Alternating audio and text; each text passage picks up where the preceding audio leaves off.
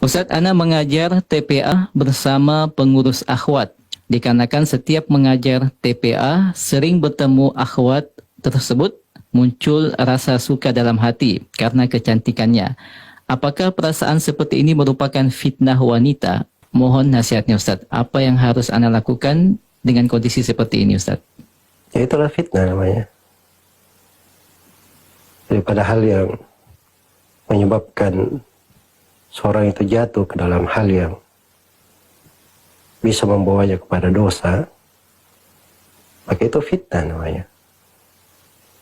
Iya. Nah, hal yang seperti itu harusnya dihindari. Karena itu Nabi Shallallahu Alaihi Wasallam dalam hadits Abdullah bin Mas'ud riwayat At-Tirmidzi mengingatkan tentang bahaya perempuan ketika keluar. Kata beliau, al-mar'atu aurah fa idza kharajat istashrafaha syaitan. Perempuan itu adalah aurat. Apabila dia keluar, maka syaitan itu akan membuatnya menjadi mulia sekali, menjadi bagus sekali. Yang tidak cantik pun kadang oleh syaitan dibuat cantik. Walaupun misalnya tidak cantik, tapi dibuat hal yang memikat pada hal yang lain. Iya. Termasuk dari pintu masuk syaitan, kadang dia menguji orang dari arah ketaatan. Ini kan TPA bagus, mengajar Al-Quran bagus, diperlukan. Iya. Diperlukan. Kadang syaitan menguji seorang itu dalam hal yang seperti itu. Karena itu kata Sa'id bin Musayyab rahimahullahu ta'ala, andai kata saya diberi amanah untuk merawat budak perempuan. Ada orang yang misalnya mau melakukan perjalanan, dia punya budak perempuan hitam, minta untuk dijaga atau dititip di rumahnya. Kata Sa'id bin Musayyab, saya tidak menjamin diriku akan aman. Ini Sa'id bin Musayyab ini, nama lengkapnya Sa'id bin Musayyab bin Hazm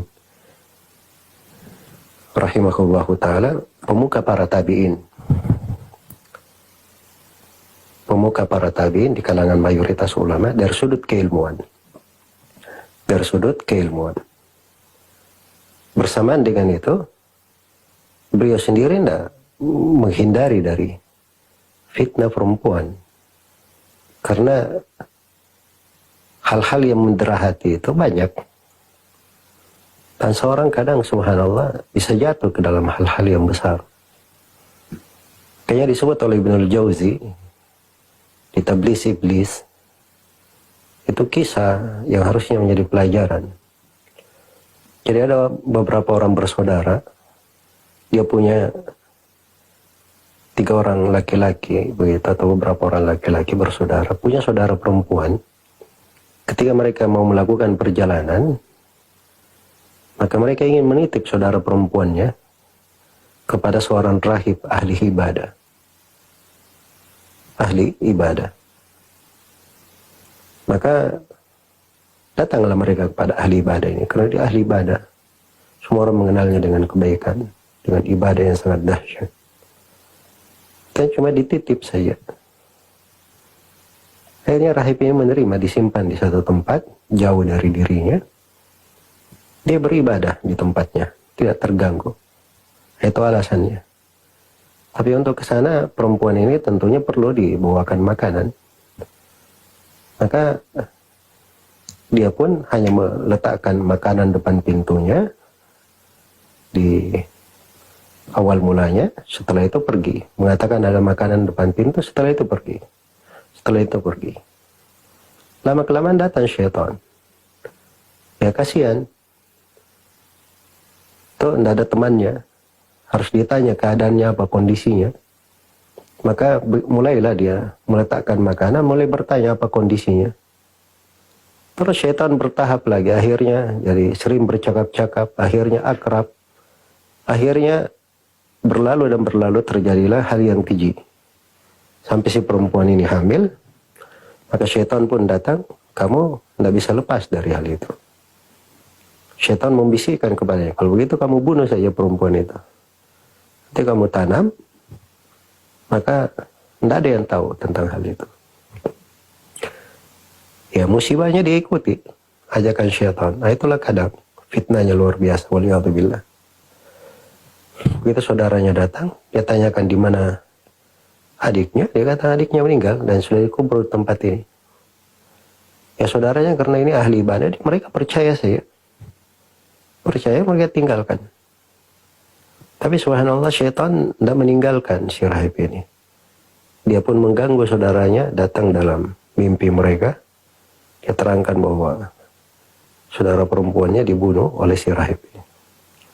Maka mereka pun akhirnya mendesak si rahib sampai akhirnya si rahib mengaku. Iya. Sampai si rahib itu mengaku. Akhirnya dituntut dan seterusnya mau dikisos.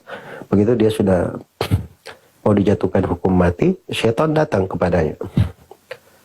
Dalam wujud atau dalam bayangan begitu, lalu mengatakan, akulah yang harusnya kamu ibadahi. Terus digoda sampai akhirnya beribadah kepada selain Allah.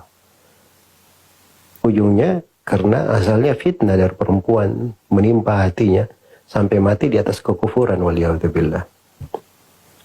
Nah itu seorang jangan merasa dirinya selalu hebat, pahlawan, bisa berbuat hal yang banyak.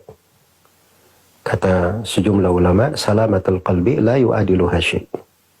Keselamatan hati itu nikmat tidak bisa dibanding, tidak bisa dinilai dengan suatu apapun dari dunia. Keselamatan hati. Semoga Allah Subhanahu wa taala menjauhkan kita semua dari segala fitnah.